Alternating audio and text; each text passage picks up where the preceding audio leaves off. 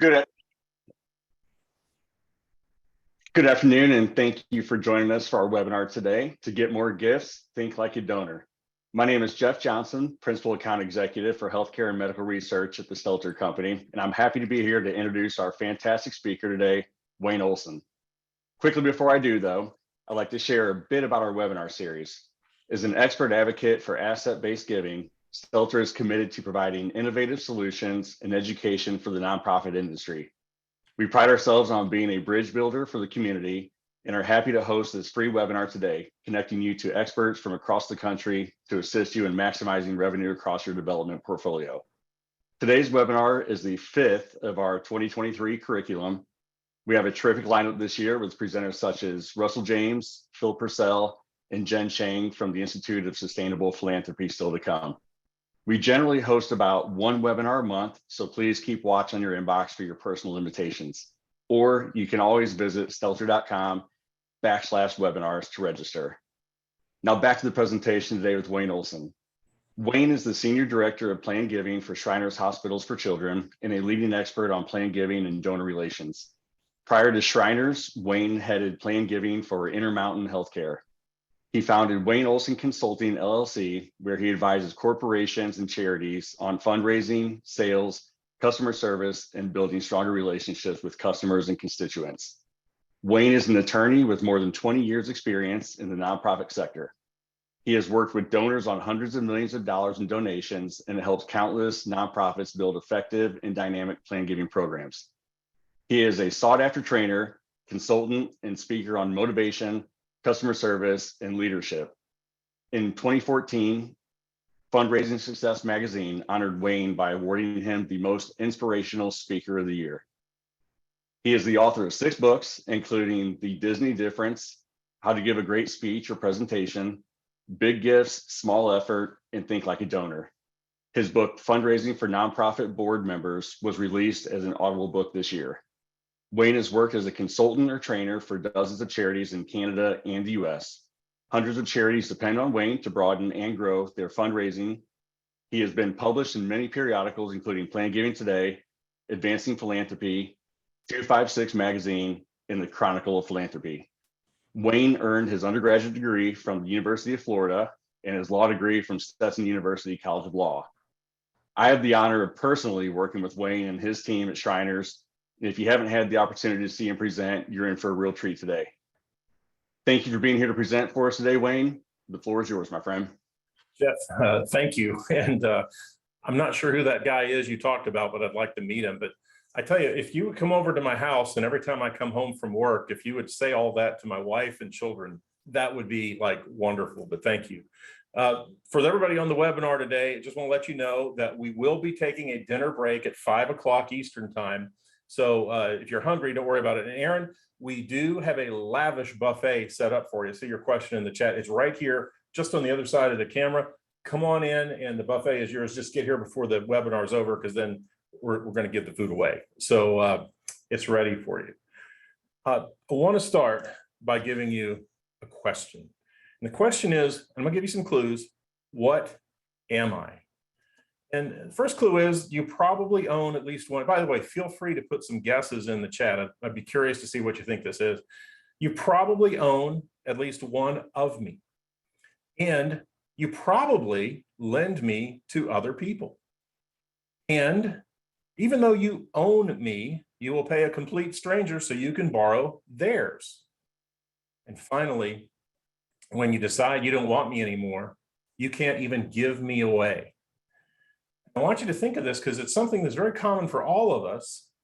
It's an opinion. Yes, second home, that's close.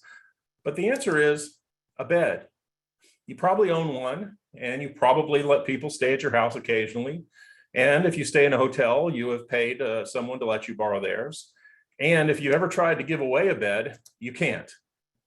This is something we all use every day, but we might want to look at it a little bit differently. And that's the way I want to approach fundraising and donor relations. It's something we're all so used to, but we need to look at it perhaps in a fresh way. And keep this in mind, there's a lot of nonprofits out there. There's 1.5 million nonprofits in the United States. And all of them believe their mission is as good or better than ours or yours. There are 4,000 wish organizations in this country. There are 1,500 organizations dedicated to model trains, and 12,918 relate to theme parks. And Jeff, I forgot to mention this too when I began, and this is for everybody. I won't be taking questions at the end. So if you have a question, this is your webinar, not mine. So if you have a question or want to challenge me or say something, please do it during the webinar, because I want to tackle it right then and there. So if you have a question, please speak up and let us know. We'll take care of it on the spot. There's 12,918 nonprofits related to theme parks, and there's 21 dedicated to needlepoint. 43,000 have animal in the title. 10,962 have fun in the title, and 153 have boring in the title. There's a lot of nonprofits out there, and we need to do our best to distinguish ourselves from them and rise above. We've got 3 goals for our time together today. 1, know our donors. 2, listen to our donors. And 3, I want to leave you with some practical success steps that you can use today to better know your donors and let them better know you. So let's look at number 1, know your donors. If you've not yet read this book, please do, The Millionaire Next Door. It is a handbook on the people who fund our nonprofits. A typical millionaire has been married for more than 28 years, and they say that that spouse is important to their financial success. In addition, they do not buy new shoes. 3/4 of all millionaires have their shoes resold or repaired. They just don't buy new shoes. Half of them do not buy new furniture. They just have it fixed. Finally, they like to buy their mayonnaise in a drum instead of a can at Costco or Sam's Club, and they all spend their money wisely. So listen to The Millionaire Next Door and listen to the examples and how we can reach millionaires. And this is a common question about millionaires. What is the most common vehicle driven by millionaires in the United States? Is it a BMW, a Lexus, a Cadillac, or a Ford? Anybody have any guesses? It's a Ford. The most common vehicle driven by millionaires in this country is the Ford F-150 pickup truck. The one you're looking at on the screen belonged to Sam Walton. That's his truck, one of the wealthiest men who ever lived, and that's the truck he drove when he died. And by the way, if you see Sam on the right side of your screen, he's wearing a hat that says Walmart on it. When he was alive, that was the name of the store. After he died, just some trivia for you, they changed that dash to a star to honor their founder.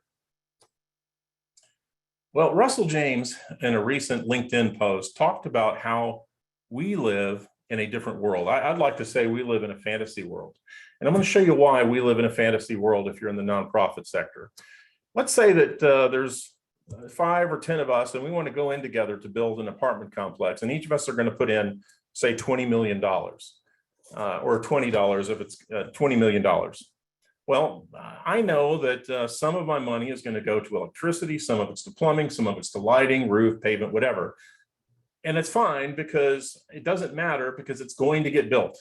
And I'm going to get a percentage of the profits of that apartment complex that's equal to my share that I put in to build it and run it. We operate in a different world. Donors know that, let's say we're raising money for a library at the university. They know that that library is going to need a roof, it's going to need electricity, plumbing, lighting. It's also going to need books or some kind of digital media. But what's the one they all want to fund? They don't want to fund the roof, electricity, or plumbing. They want to fund books. They only care about books. No one wants to pay the electric bill.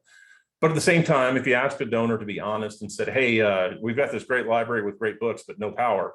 Of course, they're not going to want that, but no one wants to fund the non-sexy stuff in our business.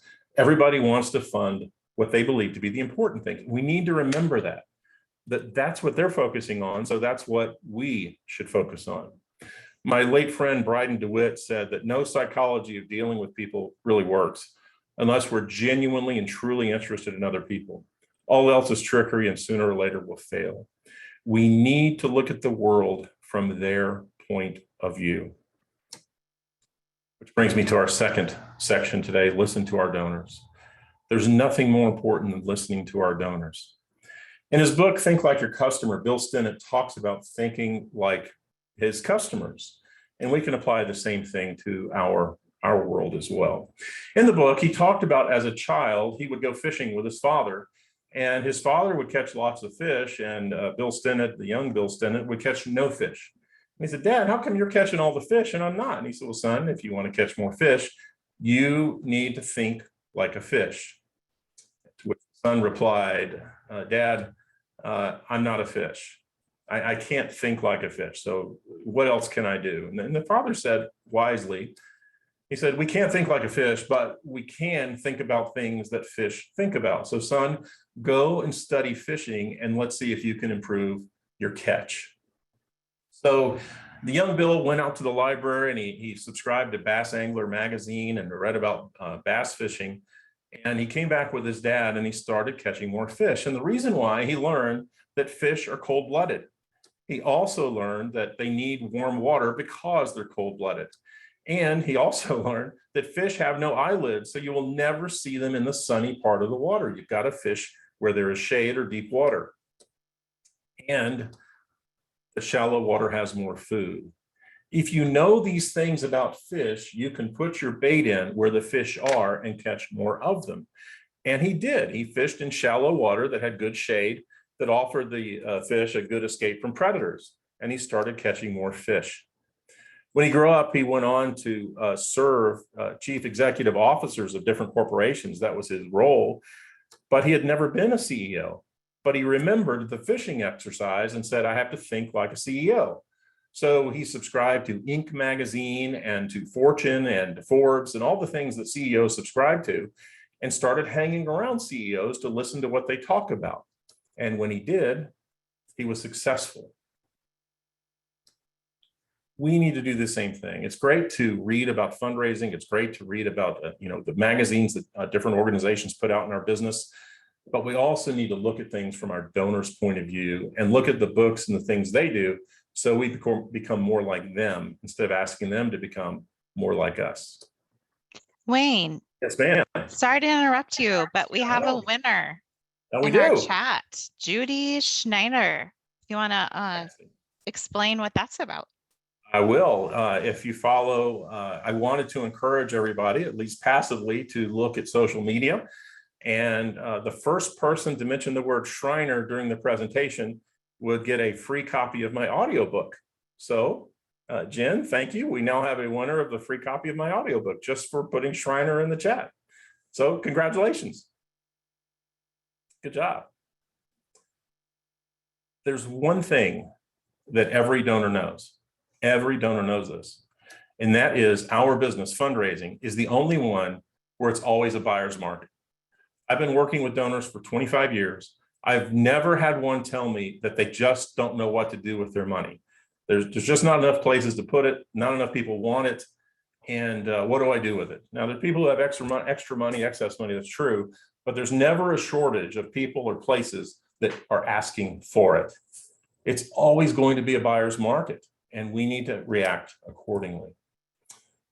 I live in Central Florida, not too far away from here is SeaWorld. And this article was from USA Today a few years ago. And it talks about how they train the whales at SeaWorld. And the question is, how do you train a killer whale?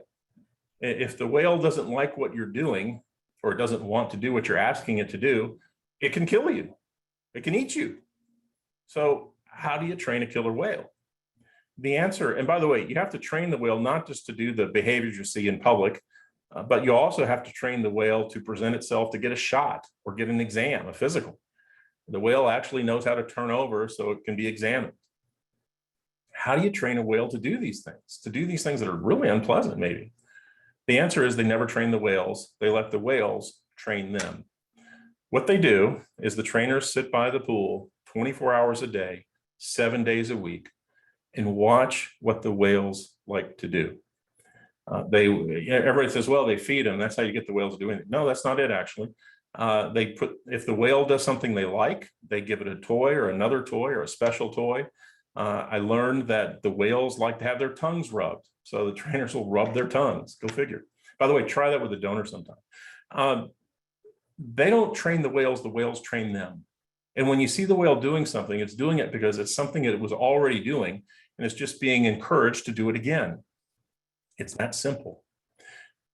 They say at SeaWorld, keep it positive, use effective communication, encouragement, rewards, creativity, effort, and variety. We don't take a whale's compliance, motivation, or energy for granted. Take out the word whale and put in donor, and you've got a formula for success. This is the United Way of Summit County, Oregon. They are brave and smart. If you go to their website, there's a link for, hey, you don't want to give to us, tell us why. And they take you to this page. What are the reasons why you don't want to give money to us? How helpful would it be to know those things? And there it is right there.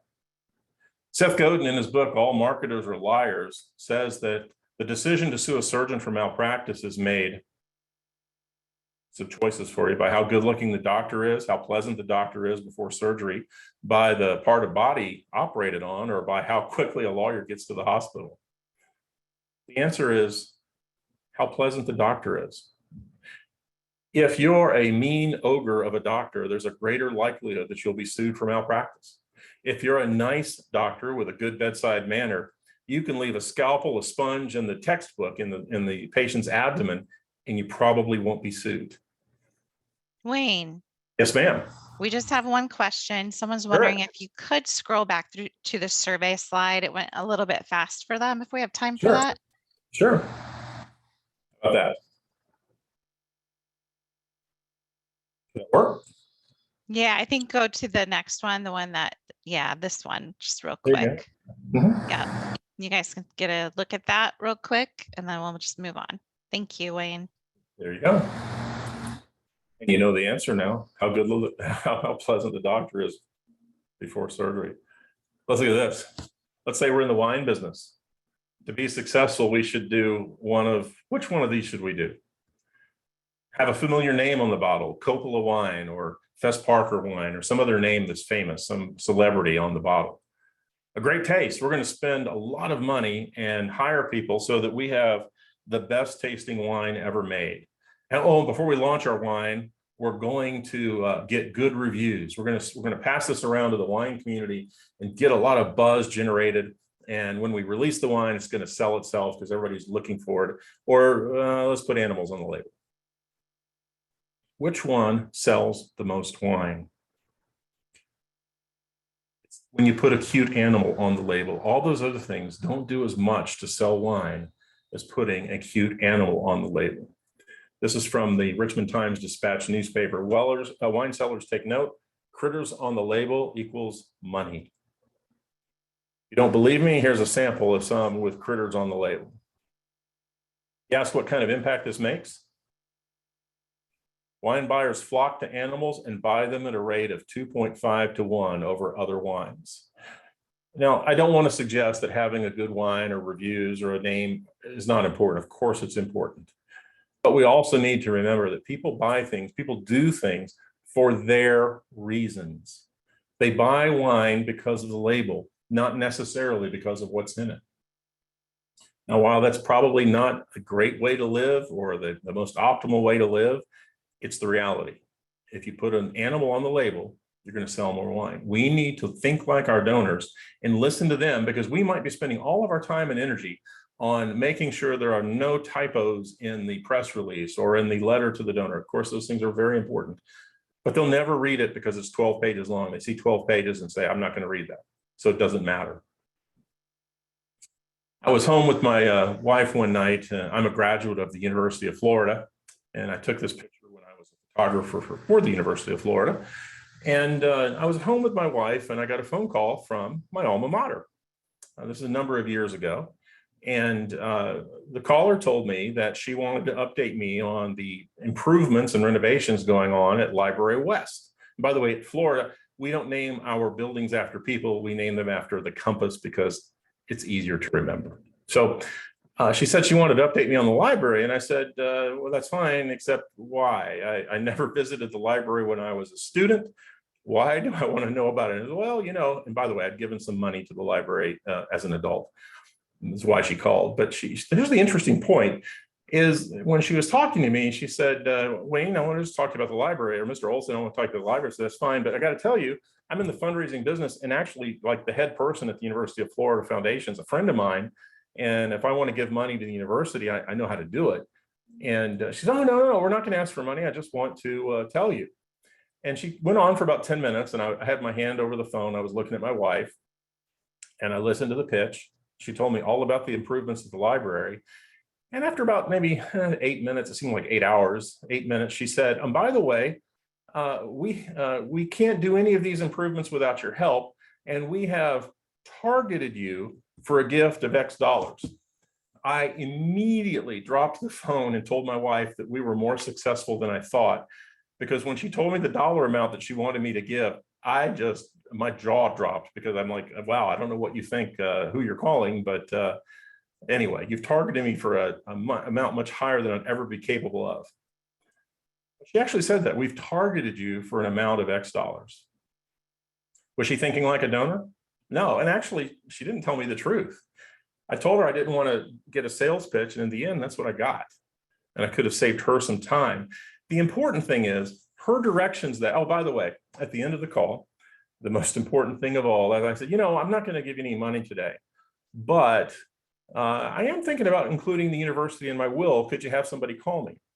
For those of you on the webinar who know this, a gift by a bequest is going to be far greater than the amount she had mentioned to me as the targeted amount.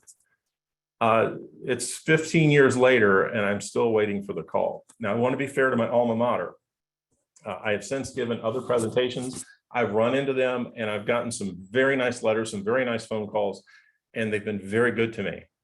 And I love my alma mater, and their fundraising is among the best in the world. But that one call that one night was so exemplary of how we should not approach our donors. She thought her mission was to get $50 or whatever the amount was. And her mission really was to raise money for the university. If she had remembered her true mission, if she was encouraged to do her true mission, and if she listened to me, she would have possibly gotten a much larger gift. Which brings me to my third and final point today, success steps. I want to give you some practical things you can do to raise more money. Don't sound alarms when you're fundraising. Donors don't want to bail us out of trouble. They give to success, not distress. As my friend Ron Klein says. I got this ad at in March of 2020 at the beginning of the pandemic, and I've crossed out some identifying information to protect the guilty. But I want to draw your attention to one line: we need your support now more than ever. This is in March of 2020. This particular charity has been around for 100 years. And they've lived through a Great Depression, several recessions, 2 world wars, a Cold War, and countless economic cycles and other problems, snowfalls and floods, things like that. And only a week into the pandemic, they need my support now more than ever. That's either a lie or an admission that they're the worst financial organizations, or the worst financial shape of any organizations that ever existed. It's just not true. But they use it because they think that's going to motivate donations. I'll also tell you, at that time in history, at the beginning of the pandemic, people were nervous. They were scared. They weren't looking for more things to be nervous and upset about. And my favorite charity telling me that they need my support now more than ever is adding a burden to my life when they actually had the opportunity to bring joy to my life and missed it. This particular charity is a zoo. They could have made some good news instead of adding to the bad news. Hey, we know you love visiting us and we miss you. You know what? Our animals miss you. They were telling us today how much they miss seeing you. And you know what? If you want to feed the elephant, we have a webcam set up. And for $10, you can schedule a meal for the elephant, or $50 or whatever. And the webcam will turn it on and you can see the elephant getting its meal. Or we've got a toy the elephant loves. We're going to send it to the elephant or the giraffe. And you know what? We miss you, they miss you, but you know what? We're going to do the best we can to bring some joy to your life. They could have done that. Instead, hey, we're miserable. Will you join us in our misery and maybe bail us out? Be careful with the words we use when we approach donors. My friend Joe Tumolo wrote this book, Go See People. Listen to understand, not respond. Most of our conversation, as Stephen Covey would say, is us listening so we can reply to the person that's speaking. Try listening to understand, not respond, and slow down. And Joe coined this term, dominate the listening. What a great idea, dominate the listening. Some ideas for you. If you have many donors, concentrate on keeping them. Just keep them happy so they don't leave. If you need more donors, ask current donors to recommend others, or do what you've already done well to do it again. And if you have no donors, start with your board or founder for referrals. You all have heard of this woman, at least I think most of you have, if you're old enough. Her name is Jessica McClure.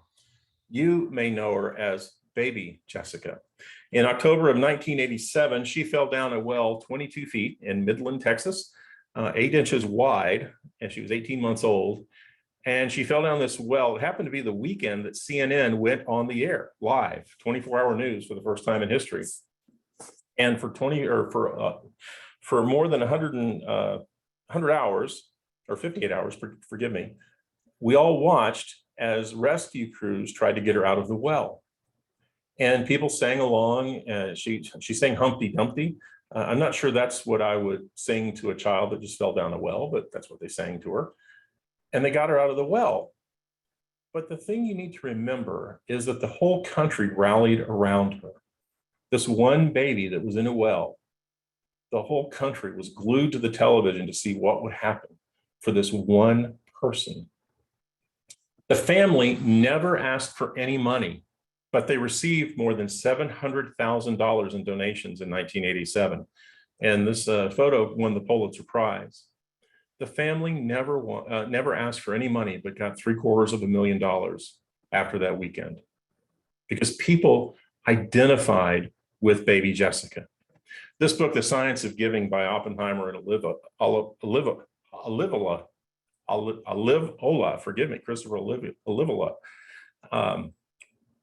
talks about the identifiable victim. A single identified victim elicits higher contributions than a non-identified individual. People identified with Baby Jessica. When we talk with donors, don't talk about the thousands of people we taught to read this month, or the hundreds of people we found a home for, or the millions of dogs we've saved. Talk about one person, Jessica. Talk about one dog. Talk about one person who got a home for the first time. Because we identify with one, we can't identify with many. If you remember, in the 1980s and early 90s, there was a famine in Ethiopia. The famine had gone on for a number of years. And for years, we get updates on the nightly news. And for the younger folks, ask the older folks what that is. And the helicopters and the planes would just fly over the desert, and you see all these dots on the ground. And that was the people wandering through the desert trying to find food and water. And that was for years. And then suddenly a plane landed in that desert and took a picture of one child with flies around her face. And suddenly all kinds of charitable money went to Ethiopia to help feed these people. It was because we can identify with that one child. We can't identify with 100,000 people starving or 1 million people homeless, but we can identify with one person. When we market to donors, when we talk to donors, whether in print or in person, remember to choose one person and use them as the identifiable icon of what we're trying to do. We're going to get increased giving when we talk about one person rather than a bunch. Remember too, there are no professional donors. Sometimes we think, oh, that person's a wealthy person and they've given to us every year for 20 years and they'll come through again. We need to remember that their giving is always a choice, and there are no professional donors. And remember too, donors give to causes, not organizations. I'm very proud to wear the lapel pin of organizations that I work for, but when I worked for the American Cancer Society, people weren't giving money to the corporation registered with the government known as American Cancer Society, Inc. They were giving to cure cancer. They were giving to help people with the disease. They weren't giving to keep my corporation going. We need to remember that no matter how beloved our organizations are, no matter great they are, they're giving for the mission, not the logo. As you move forward, talk more about service and mission than about money.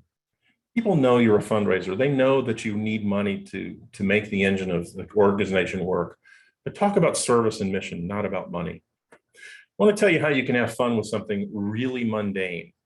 And that's a picture of my hat, and I'm very happy to have that hat. And I want to tell you that why I'm happy about having that hat.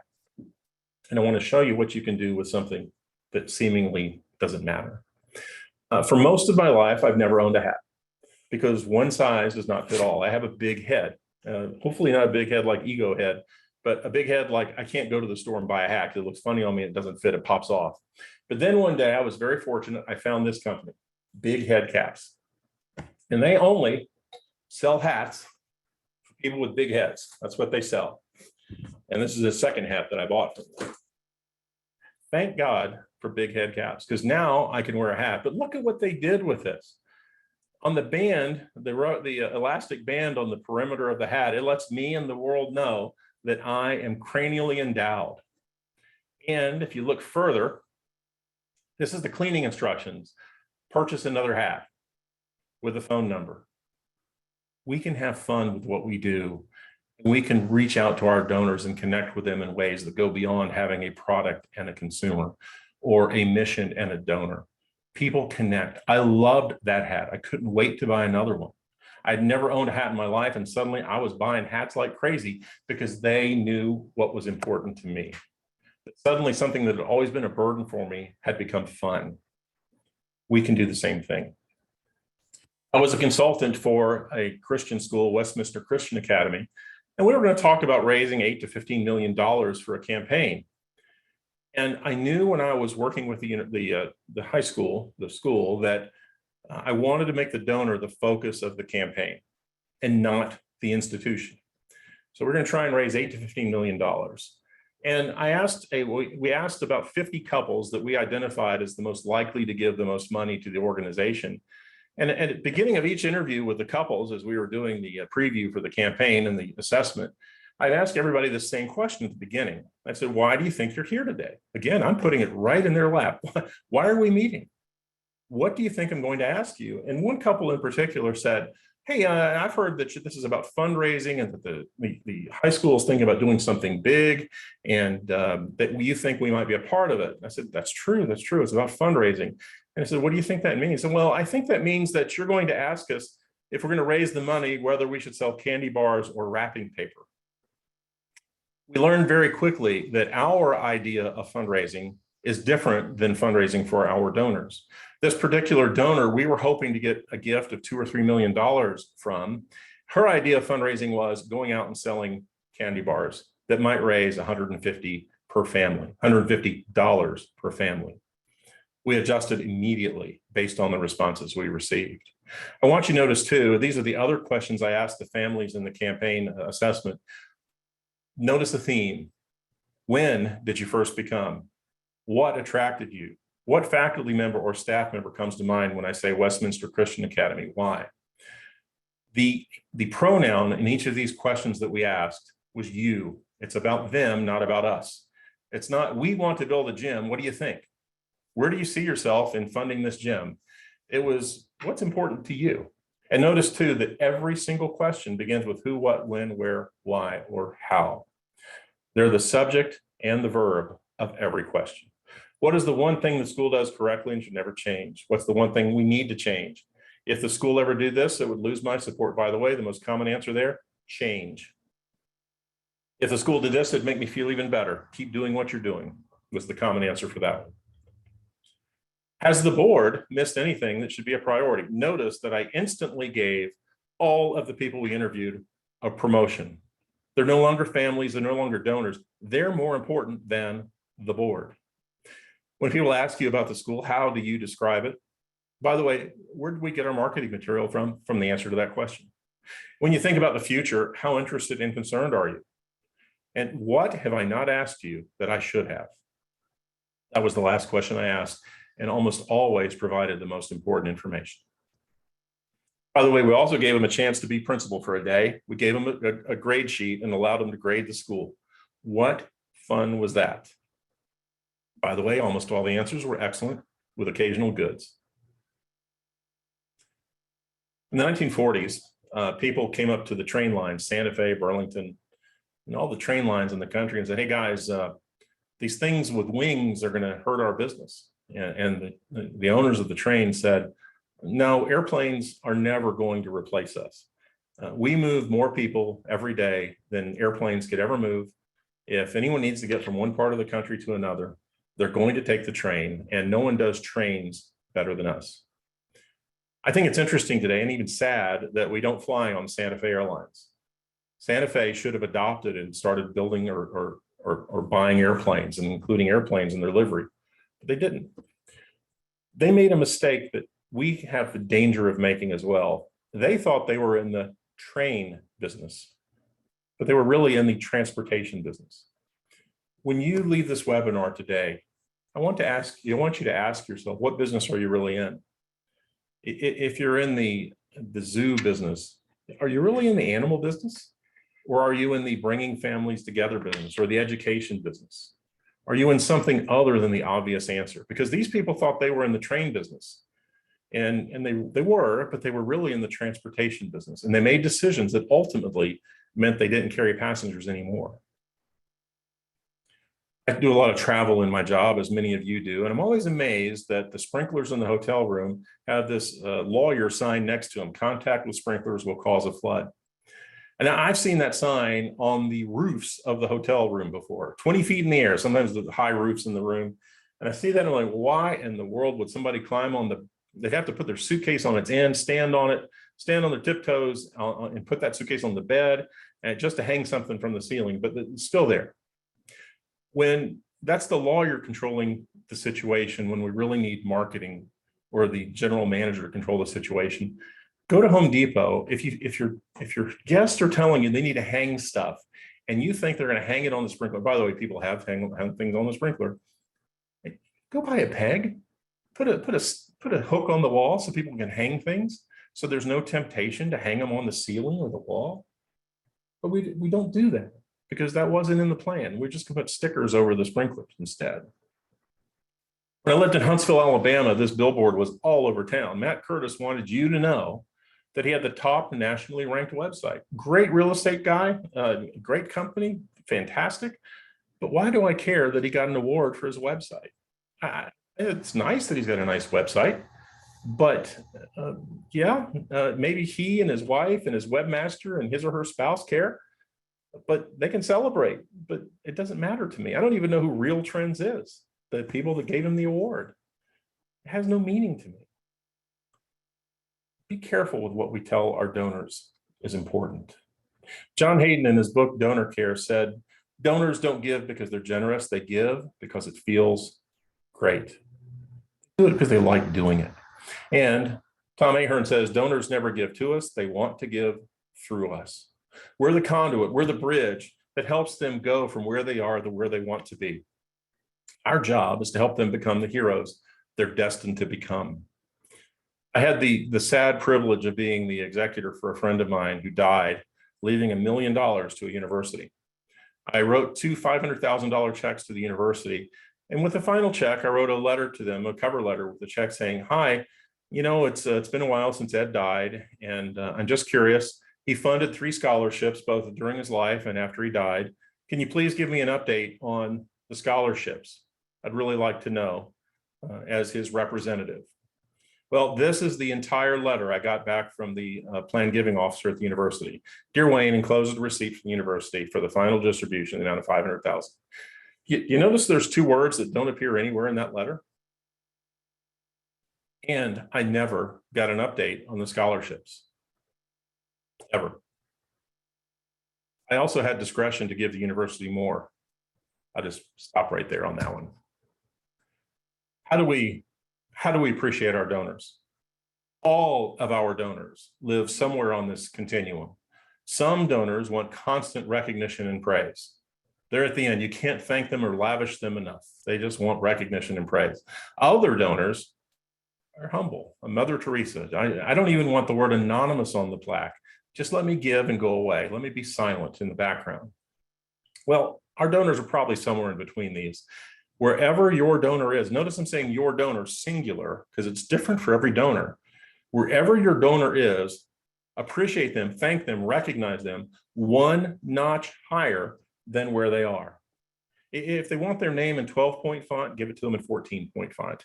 If they want their name on page 4 of the program at the event, put it on page 3.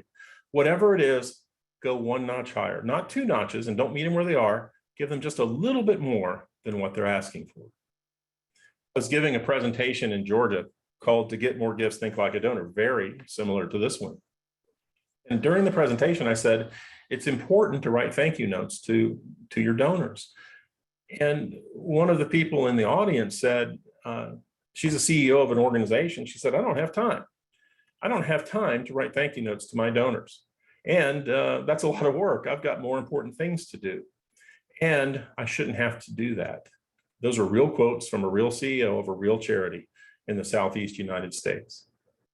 What a shame. If people are fueling our mission, there's nothing better we can do than to thank them and recognize them for giving us that fuel. If we don't, they'll stop giving us that fuel and we cease to exist. By the way, I changed the name of the speech to get fewer gifts, never think like a donor. And I based it around her. I want you to know, as we get to the end of this webinar together, that you matter. If you're listening to this webinar today, you're watching this webinar, I want you to remember that you work in one of the very few professions where who you are matters as much or more than what you know. I really don't care about the personality of the person that changes the oil in my car. I really don't care too much. It's nice, if they're nice, that's great. But I don't really care about the personality of the person that mows my yard. I care very much about the personality of the person who's asking me for money, especially if it's a planned gift, something that's my life's work that they want to create a legacy with. You matter. Who you are matters. How you interact with people is very important. Who you are matters as much or more than what you know. Please leave here today knowing that you matter. Yes, ma'am. So sorry, thought you were No. done. Lori has a Right. quick question, Sure. talking about thanking your donors, wondering, Yeah. do you think that a personalized thank you email are enough in today's time, or are written thank you still necessary as well? I think you answered the question with the question, and that is it enough? And my answer to anything where I ask, is it enough? The answer is, it isn't. Yes, an email is nice. That's a good thing to do, and I would encourage that. And I certainly have sent thank you emails to people. But we also know, we being the general public, being all of us on this webinar, know that an email takes about 10 seconds and almost no effort. Of course, the person of that seminar I spoke at would say it's a ton of effort, but you want to do things that show that you've spent effort, that you've matched their ambition and their passion with your own. And unfortunately, I don't think there's anything better you can do than a phone call, and even better than that, a handwritten note. I realize that some people say they don't open their mail. Okay, that's fine. But still, seeing that wet ink on a piece of paper and getting it in the mailbox shows that you invested enough time to write that letter and to put a stamp on it and walk through the mailbox. That counts for something. So, and this is true in anything we do. If I ask my wife, have I cleaned the house enough? I know what she's going to say.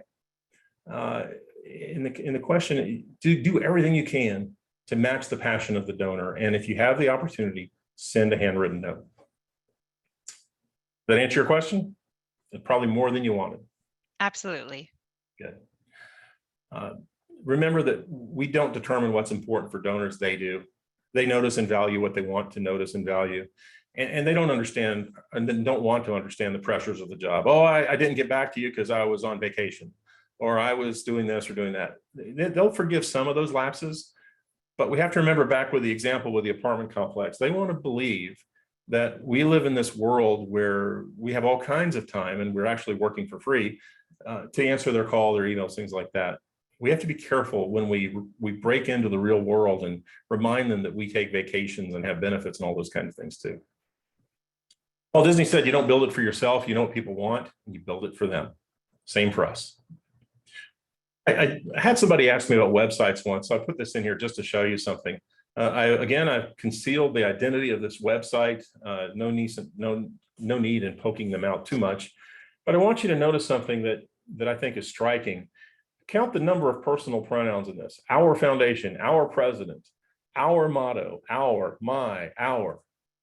Remember, it's about the donor and making it easy for the donor to give.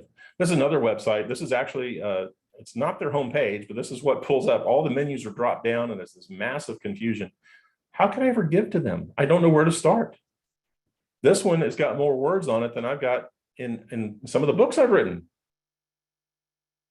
And we're getting into better websites now. We give life-changing shoes to incredible kids. And then a big button, yes, I can donate or I can distribute shoes to kids. How about that? Even better, thirst relief is changing the world. You can choose to donate or start a fundraiser. Clean, easy, able to understand and take action quickly. We're doing things from the donor's point of view. I gave to a charity once, and I stopped giving because I have a lot of charities that I have the opportunity to give to. And they wanted to guilt me into giving more and reminded me that I'm a lapsed donor. Why in the world would you ever tell somebody that they're a lapsed donor? First of all, that's a term of art. Most people don't even know what that means. Never tell a donor that they're lapsed. Winding down. Yes, Jen. Yes, we have one question that came in. Can you address, we're talking about, how much time it does take time to do all of the stewardship, and thank you. Can you address staff capacity since we work in nonprofits that are mostly stretched? That came in from Anonymous. Sure.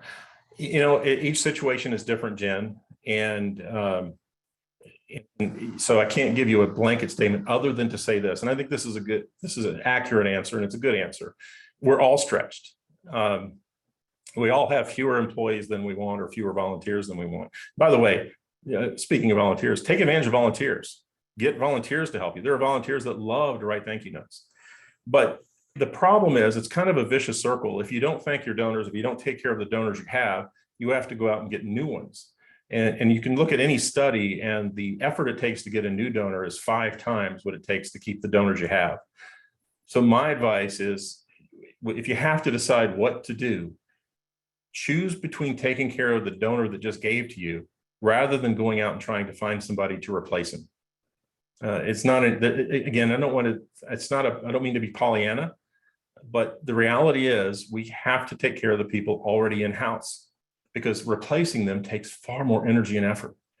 And it's easy to say, well, I don't have to thank them, or I'm too busy, I've got to go to this event tonight. We need to take care of the people we have because they're taking care of us. And it takes so much more effort to go out and find new people.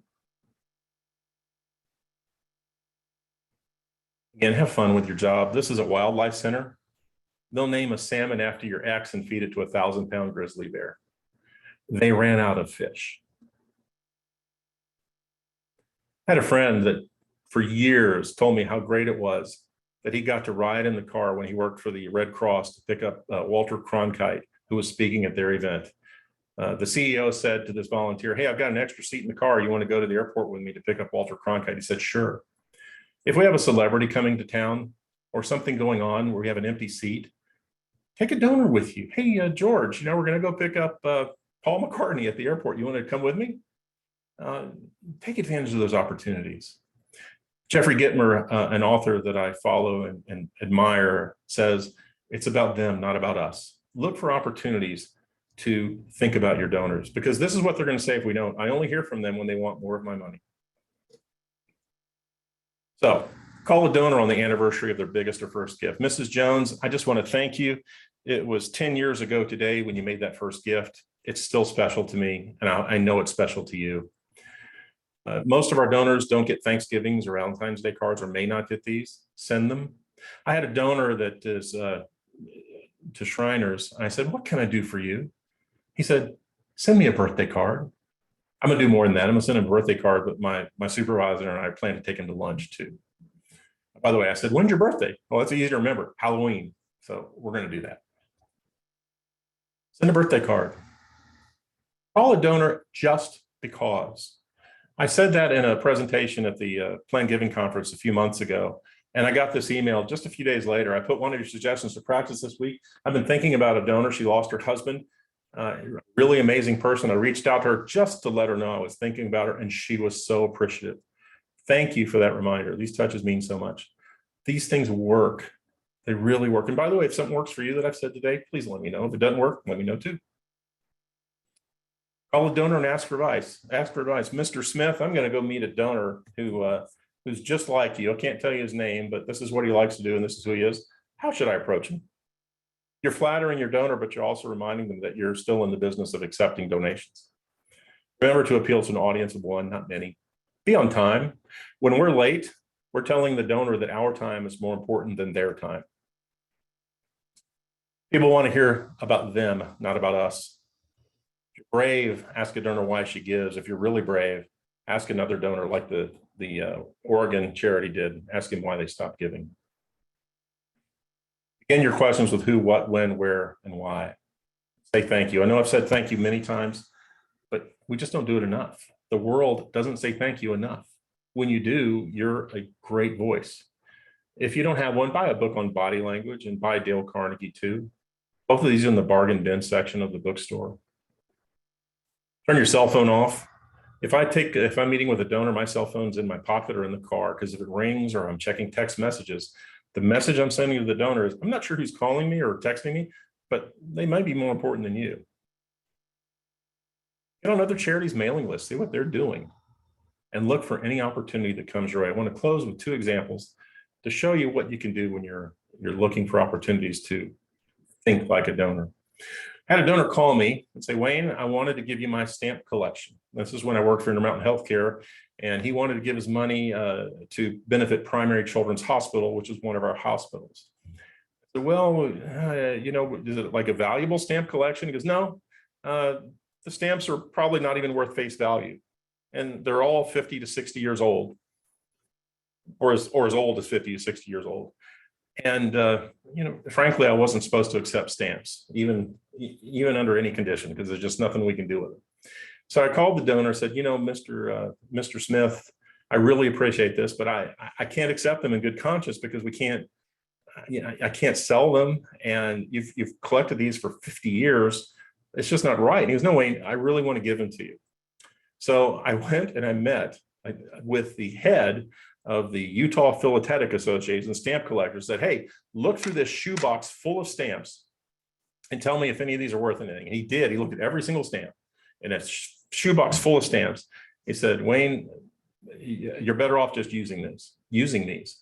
So I called the donor back and I said, well, here's what the guy said. What do you want me to do? He said, Wayne, just use them. When you mail a letter, use the stamps.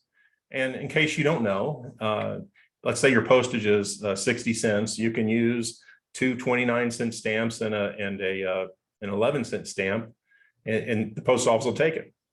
So what I did was I started sending out proposals for gift annuities, which are 16 pages. I'd send out one or two a week, maybe more. And if you got a proposal from me, it would have maybe 10 stamps on it. And I would usually include a note in the letter to the prospective donor saying, and by the way, the stamps on the envelope are from another donor who wanted to benefit Primary Children's Hospital and asked me to use these. I kept using the stamps, and about every month I would write to the donor, and I'd include a picture sometimes of the stamps, not invading anybody's privacy, and say, hey, look, here's another proposal I sent out for $100,000. Your stamps are on a $100,000 proposal. Isn't that great? And I would tell him when I would call him, I'd say, look, I'd really love to meet you in person. I want to thank you in person. And he'd say, well, maybe someday. And it took me about 2 years to go through all of the stamps, 2 years. And I said, I finally used the final stamp today, and it's really time for me to meet you. Keep in mind, our entire conversation was always about the stamps. And I said, I really want to meet you. And this is what he said to me. He said, Wayne, I want you to relax. I've already included you in my will. I know what you do for a living, and I included you in my will before I even gave you the stamps. Thanks for using the stamps. I'll always give, and I'll always continue to give. We never know what bridge we're building when we follow the wishes of the donor. He wanted me to use the stamps, and I did, without me ever asking him. And you could say that I should have asked him, but There was never and I could have asked him, but I did what he wanted to do. We had a great relationship, and I used all of his stamps. You can do the same thing. I was in church one Sunday, and that's my pastor. His name is Mike Calvert. And my wife woke me. My wife said, "Listen up." And Mike was talking about how he had gone to Houston, Texas.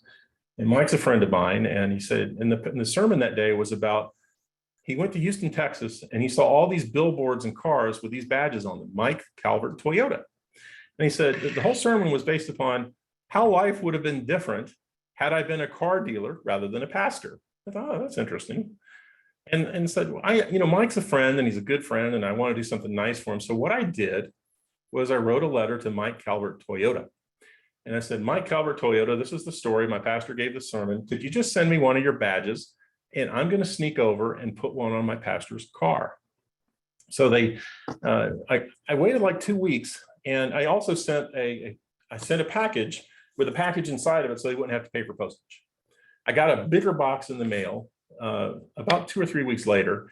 And in that box was a lifetime supply of Mike Calvert keychains, Mike Calvert lens wipes, Mike Calvert flashlights, and this, a gold plastic Mike Calvert Toyota license plate frame. So my wife and I called his wife and said, hey, we're going to sneak over tonight. I didn't want to get shot. And we're going to tamper with your husband's car, but don't tell him we're going to do it. And she never did. She kept the secret.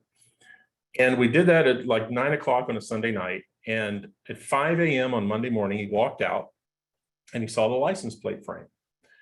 And he immediately started asking his wife, what, by the way, he also drives a Toyota, which is kind of cool. It's an old Toyota pickup truck. And he started asking his wife, this is 500 families in our church, who did this? And at first he thought it was a guy who had a plastic machine and could make things as a gag. And then finally on Wednesday morning, 3 days later, he turned to his wife and said, I know who did this. It's Wayne, because that's the kind of thing that Wayne does. Mike and I will forever have a bond, even though I don't live in Alabama anymore, because we shared something. And we shared a lot of other things too. But look for things that only your donor would appreciate, that's unique to your donor. Look for things that come your way that aren't in the books, that you can't buy on the internet. You'll build these relationships when you start thinking like a donor. I want to thank you so much for our time today. It's been a real pleasure, Jen and Jeff and everyone that's listening. Thanks for inviting me into your office and to your homes today. I hope you found some helpful information. I see the chat's been really busy. I've not been able to read it or see it. And I just want to thank you all, and I want you to have a great day. If you have any questions, there's my contact information as well as Jeff's and Jen's and Stelter's information. And just thank you so much for being here today, and thanks for letting me be with you. Thank you so much, Wayne. I really appreciate you sharing your talent with us and your time today. And like Wayne said, if you had additional questions that didn't get answered, you can reach out to Wayne. His email address is on the screen. You can reach out to Jeff Johnson if you'd like to, or myself. If you'd like to know a little bit more about Stelter and what we do, visit us at stelter.com. It's just stelter.com. And then finally, I wanted to say you will receive access to the recording. I will email you tomorrow with a link to that. And then if you would like to sign up for our next webinar, it is the 5 key financial planning trends that will impact giving by Juan Ross. So go to our website, stelter.com/webinars, and sign up for that. And now I promised a couple of people wanted to see the bear again. They wanted to see the bear slide. So I'm gonna actually, I think it was a ways back. So we're just going to escape out of it, and we're going to go. Here he is. Here he is. We had some people that wanted to see this again. And this idea that was like 1 in a million idea. So there is your bear slide. And then we did also have another woman who wanted to know the name of a book that you mentioned. But I know you mentioned several books, Wayne. Yep. So I'm not sure which one. Think Like Your Customer by Bill Stinnett, or any book by Jeffrey Gitmer, Gitomer. If you're looking for one book in particular by Jeff Gitmer, The Sales Bible, it's a little red book, or The Sales Bible, or The Little Red Book of Selling. Those are the books that I probably reference more than any others. Or of course, one of these would be nice too. But If I can help you with if you had a specific question or remember a quote or something, just send me an email and I'll try and help you out. Be happy to do that. Fantastic. Thank you, Wayne. And thank you to everyone who joined us. We had about 250 people on the line today over the last hour. So that was a wonderful way to spend our last hour. And thanks, Jeff, for coming and joining us too. It was a pleasure having you. Okay, thanks everyone. Go to our Thanks, Wayne. website and sign up for our next webinar, and we'll see you next month. Have a great afternoon. Bye-bye. Bye-bye. Bye.